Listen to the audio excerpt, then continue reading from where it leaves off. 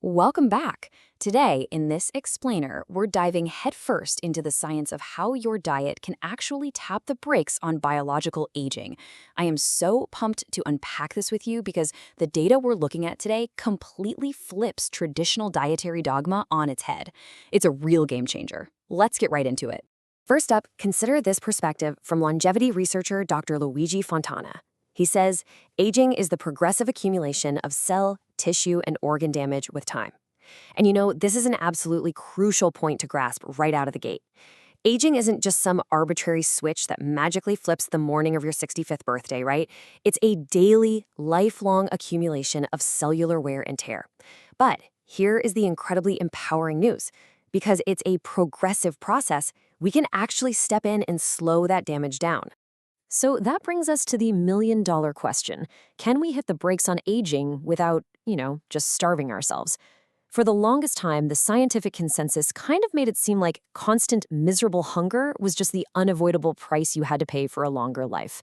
Well, we're going to dismantle that idea right now and look at what modern anti-aging diets actually look like in reality.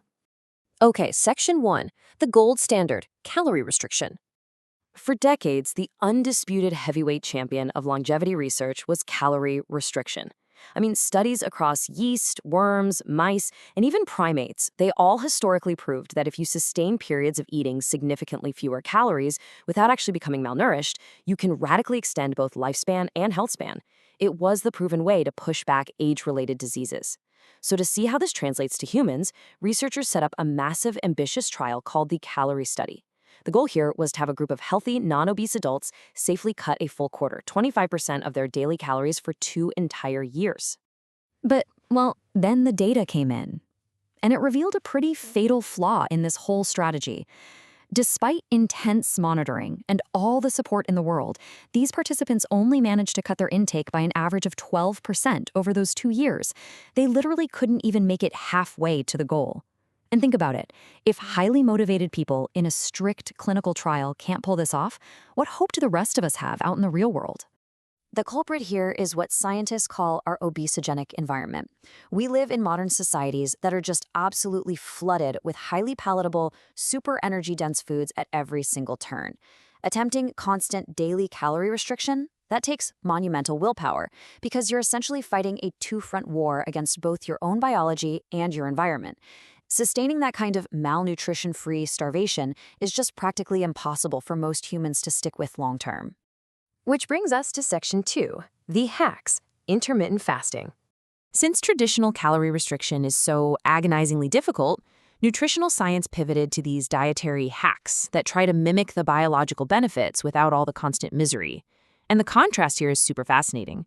Traditional calorie restriction is all about reducing your overall daily volume. It's eating less all the time. But intermittent fasting? That shifts the focus completely away from total volume and places it entirely on meal timing. By restricting your eating to specific windows, usually fasting for 12 hours or more, you force your body to deplete its glycogen and ramp up the metabolism of endogenous substrates, like ketones. You're basically flipping a metabolic switch. And functionally speaking, it's just way easier for people to adopt than obsessively counting every single calorie. And the most exciting part is that the data absolutely backs it up. Both traditional calorie restriction and intermittent fasting share an incredible list of physiological benefits.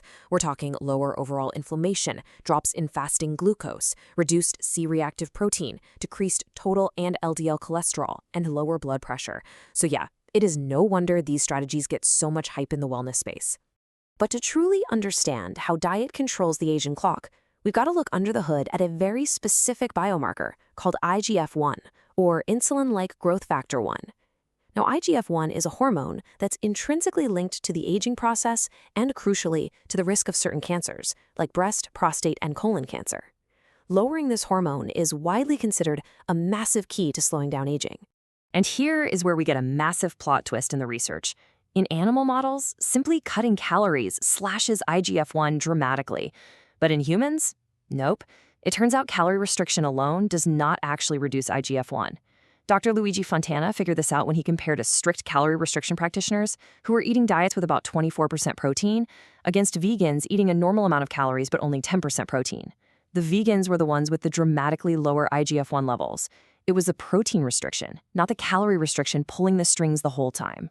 Just to make absolutely sure this wasn't some weird fluke, researchers took those exact same calorie restriction folks and simply asked them to drop their protein intake down to match the vegans. The result was staggering. Their IGF-1 levels plummeted by 25% almost immediately. So if we're talking pure anti-aging and cancer prevention in middle age, reducing protein seems to be an incredibly powerful lever to pull. But hold on a second. Before you go throwing out all your protein powder, we have to pivot and ask a profoundly important question. What happens to our muscles as we get older? Because this right here brings us to the central dilemma of nutritional science for older adults. Section 3. The protein paradox. The cruel twist of this whole protein paradox is that the exact same dietary strategy that keeps you living longer at age 40 could actually wreck your physical health and independence at age 70. The major threat later in life is sarcopenia. That's the degenerative loss of muscle mass and strength that naturally happens as we age. And we're not just talking about looking fit. Losing lean muscle leads to a higher proportion of body fat, severe metabolic imbalances, impaired insulin action, and a terrifyingly high risk of falls and fractures. Preserving your muscle mass is literally one of the absolute most important preventative health steps you can take as an older adult. This brilliantly illustrates the extreme trade-offs of protein consumption across different stages of our lives. Look, if you're under 65, a low-protein diet is great. It keeps your IGF-1 low and reduces your cancer risk, whereas high protein might actually be detrimental. But once you become an older adult, the whole scenario completely flips. A low-protein diet accelerates that dangerous loss of lean muscle. But a high-protein diet in older adults, that preserves lean muscle and offsets insulin impairment. It's a complete paradigm shift. And the data backing this up is incredibly strong. A key study by Houston and colleagues followed older adults between the ages of 70 and 79. They found that the folks with the absolute highest protein intake lost the least amount of lean muscle mass over a 3-year period. You see, as our bodies age, our ability to absorb nutrients becomes a lot less efficient. So older bodies literally require a moderately high protein intake just to maintain basic nitrogen balance and physical function. Section 4. Adapting diet to age. So how on earth do we resolve this paradox? Well, we have to completely toss out the dogma of a one-size-fits-all lifelong diet. What your body needs at 35 is fundamentally biologically different from what it needs at 75. Instead, the research points to this brilliant 3-step blueprint. Step 1. Use intermittent fasting to safely tackle our obesogenic environment. It lowers inflammation and boosts metabolism without the utter misery of constant calorie counting. Step 2. Consider restricting your protein in midlife to keep those aging biomarkers like IGF-1 nice and low. And finally, Step 3. As you transition into later life, systematically crank up your high-quality protein intake. That is exactly how you combat sarcopenia and keep your muscle mass and independence intact. It really changes how you look at the food on your plate, doesn't it? Which leaves me with one final question for you to ponder as we wrap up this explainer. Is your current diet designed for the age you are right now, or is it designed for the age you want to be? Thank you so much for joining me, and I'll catch you in the next one.